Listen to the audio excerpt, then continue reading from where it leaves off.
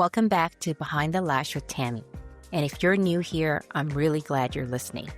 I also want to say a quick thank you to anyone who may have found this episode because you're curious about Amazon or Amazon FBA. You're very welcome here. This podcast is a blend of real-life storytelling, entrepreneurship, and the behind-the-scenes truth of building a business, especially through uncertainty, pivots, and seasons that force you to rethink how you're building. In the last episode, I shared the story of opening my salon and then navigating repeated government-mandated closures. While my salon doors were technically still open, nothing felt stable. Every reopening came with another pause, another unknown. It was in that uncertainty, while I was still operating and trying to hold everything together, that Amazon entered the picture. I didn't turn to Amazon because I wanted rapid growth or to chase scale. I turned to it because I was looking for something that felt more predictable at a time when my business, my health, and the world around me felt unpredictable. So today, I'm sharing what that pivot really taught me, not from a place of frustration, but from clarity. This isn't an Amazon FBA tutorial or a success blueprint. It's an honest founder's experience, so you can decide what makes sense for your life and business. In the last episode, I shared my salon story and how when the pandemic hit, my salon was only open for 6 weeks. What happened after that was truly unpredictable and affected me in so many ways that I couldn't even explain until now. I also talked about the emotional weight at that time of carrying on the responsibility of being there for my clients, trying to provide an income, being there for my family, while also taking care of my own health. I was looking for another way to stabilize my situation when I had no control over what was happening around me. I also mentioned that because of the timing of when the pandemic hit, I felt robbed of the experience of my grand opening, something that I had been working for so long towards. I didn't get to really celebrate this huge milestone for myself. I knew that I was looking for an alternative business model. I realized that effort didn't equal control. I wanted a business model that wasn't tied to physical presence or constant reopening and closing. I wasn't looking for more ambition. I was just looking for stability. And I had always been interested in Amazon and Amazon FBA. I decided to look into that business model further. Amazon made a lot of sense in that moment. Amazon felt structured and established. It had built-in traffic and customer trust. If you are part of Amazon FBA meaning fulfillment by Amazon, it means that the shipping of the orders are handled externally through Amazon. Seemed like the strategic, smart pivot that I needed. It wasn't an emotional decision. I really approached this as I'm in a situation where everything is so hard right now. I was always used to having side hustles, so I was very open to figuring out other ways to succeed within my industry. When I turned to Amazon, I did a lot of research. I took a course. I made sure that I really learned the business side of things.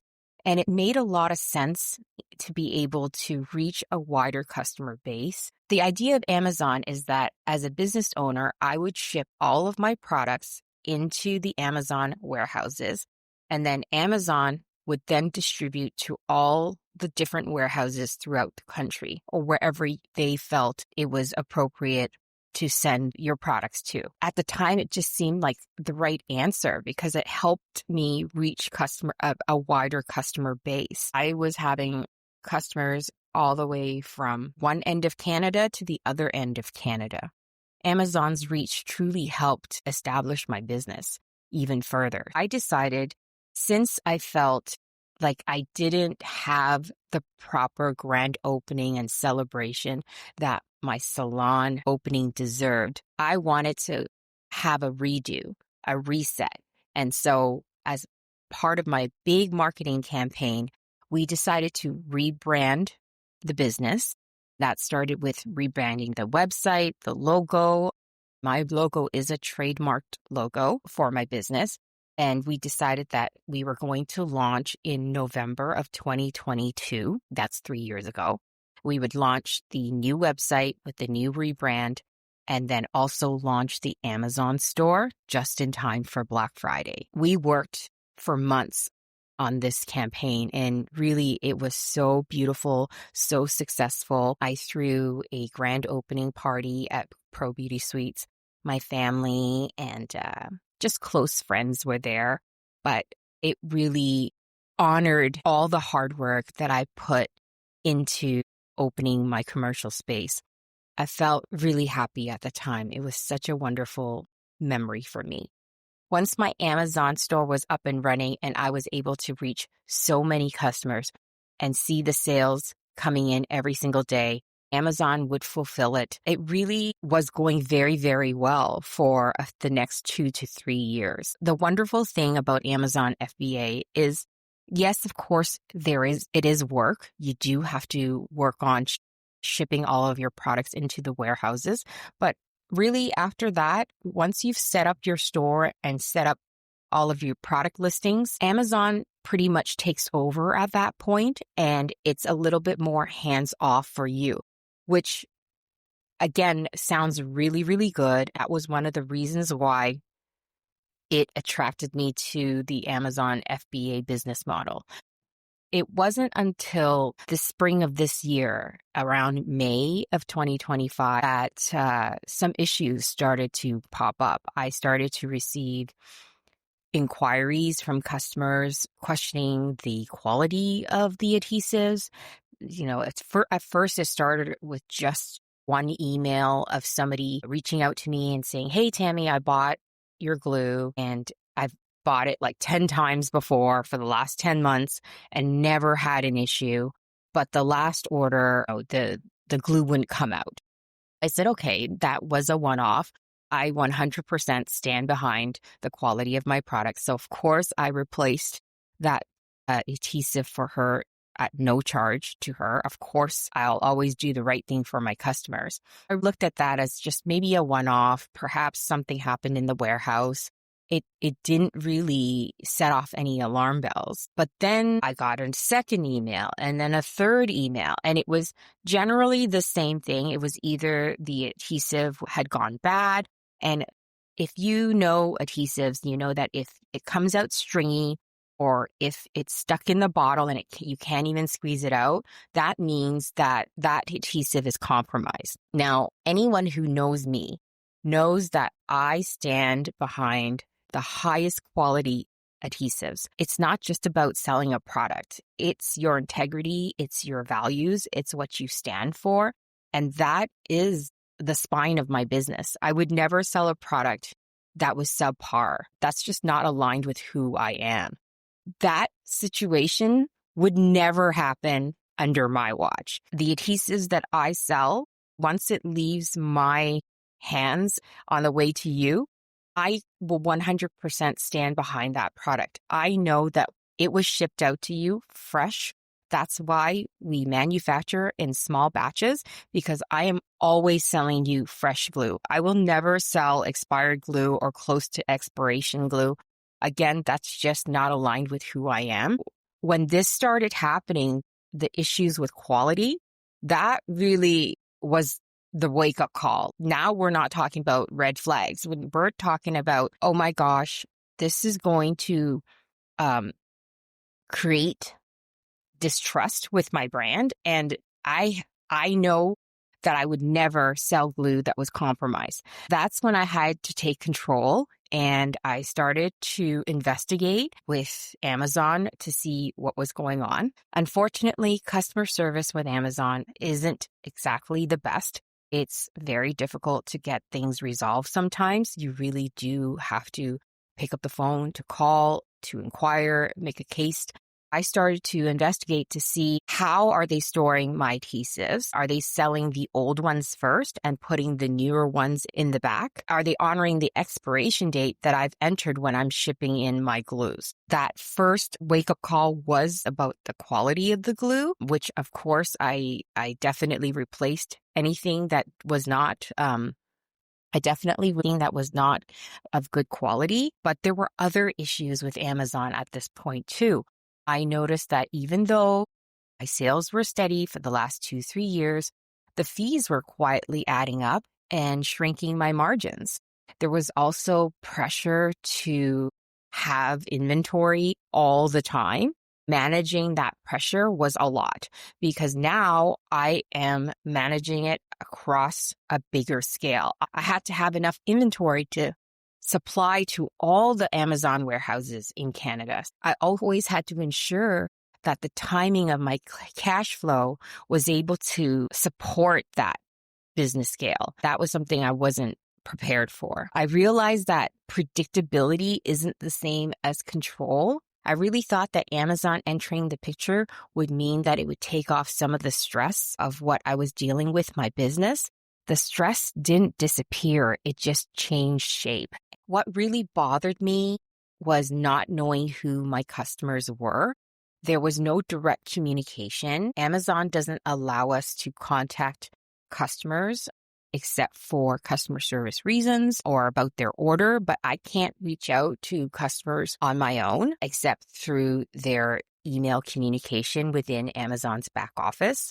There's no community. I can't build a community through Amazon. There was no way to get feedback from my customers. I'm always looking for feedback and looking to improve. If there's constructive criticism, I would love to hear it. And anything that I can do better to be a better product provider for my customers. There was no feedback loop. There was no way to get in touch with my community. I was missing the relationship side of the business. Our lash industry is built on building relationships. Lashes is such an intimate, high-end service. People choose lash artists because they like the lash artist, not just because they do great lashes and their lashes have to last. Of course, we want all of those things too. Everything about our business, it's a personal services business, personal care, right? So the relationship side of the business is so important. You don't want to just buy a random product off someone when it comes to lashes. You want to know who you're buying from. That disconnect slowly impacted my purpose and motivation. I realized I didn't lose my brand on Amazon, but I lost my connection to it. That was when I decided all of these issues I needed to address. This wasn't dramatic. I didn't make a public exit or announcement. I really wanted to figure out a way to still be a part of Amazon. I really love the fact that Amazon has its own Prime shipping and you can get my adhesive in a day or two. There's no way I could compete with that kind of shipping with other carriers. Amazon has its own private carriers, and that is the reason why they can offer 1 to 2 day Prime shipping. But no amount of convenience with Prime shipping can cover the fact that it didn't allow me to control the quality of my glues anymore. I really fought hard to stay in Amazon because one part of me really wanted to be able to provide this convenience to all of my customers to be able to order and get their glues shipped quickly. It seems like it's free shipping, but obviously you have to be a Prime member to get that 1 to 2 day shipping. It offered the convenience that I know so many of my customers love. I battled that internally, whether I wanted to stay in Amazon, and if there was a way to make it work, I still wanted to. However, after reaching out to Amazon and realizing that I will never have control over the business side of things, once it leaves my hands and into the Amazon warehouses, I just have no control over how my glues are stored and shipped, and even the customer service that's offered if anything goes wrong or if a customer wants to follow up. It's really difficult to communicate with my customers. I realized that choosing alignment over scale was more important than convenience. I had to listen to my body, my intuitions, and my values.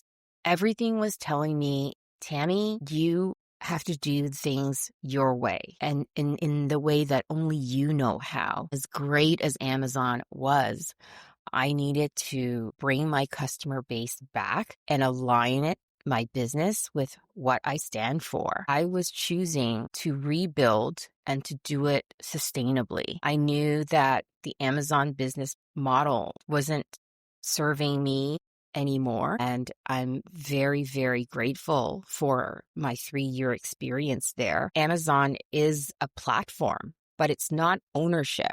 Even though I had an Amazon storefront, that wasn't my business. Beautybytammy.ca, that's my business. I realized that scale magnifies existing cracks. No system is perfect, including Amazon's. When I started to scale, it really magnified those existing cracks. Control matters more than convenience, and customer connection is an asset. I realize now that every business model has trade-offs, and I was trading off convenience, but losing customer service. I'm not anti-Amazon, but I am pro-awareness. I saw that all those challenges that I had later on, like logistics, regulations, and supply chain issues, they really reinforce these lessons. I don't want to discourage anyone from trying Amazon. A lot of people have asked me, Tammy, do you recommend Amazon? Can you make money in Amazon? My answer to that is yes, and it depends. Obviously, I would recommend selling products in Amazon that don't expire. If you are selling an item like food or even lash adhesives, anything that expires, you really need to find more control over that, because how are you ensuring that they're not selling your expired product? Every time there is a quality issue, that hurts your brand. My recommendation is to only sell products that don't have an expiry date. Of course, you really need to learn the business model like I did. A lot of things in life, the true lesson is that you really don't know what it's going to be like until you try. I would never stop someone from trying, because I would rather experience life and try and failed instead of sitting on the bench and not having the courage to ever try at all. I would rather leave a situation saying, yes, I gave it my all. It didn't work out, but look what I learned. My answer to anybody who is possibly considering Amazon FBA is please do your research, learn the business, learn the system before deciding if it's right for you, because it's not so simple as just shipping all your products into the warehouses and then it's hands off. You have to consider what you're giving up in terms of the trade-off for that convenience. I wanted simplicity over complexity. I wanted direct relationships again. I wanted to build intentionally, not reactively. When all those quality issues started to come up in Amazon, I had to be reactive. And that was a space that I did not like being in. I wanted to create a space for conversation, for creativity and choice. This podcast is a part of that grounded rebuild. It took us a few months to rebuild the website. And now I am proud to say that I have a beautiful, intentional website that is here to serve lash artists with high quality products at reasonable prices. I've tried to emulate the shipping by providing a reasonable flat rate that is Canada-wide. So that means I pay for a part of that shipping. I ensure that not all of the shipping costs rests on your shoulders as the customer. I split the cost of that shipping with you. That is my way to emulate the prime shipping that my customers are so used to.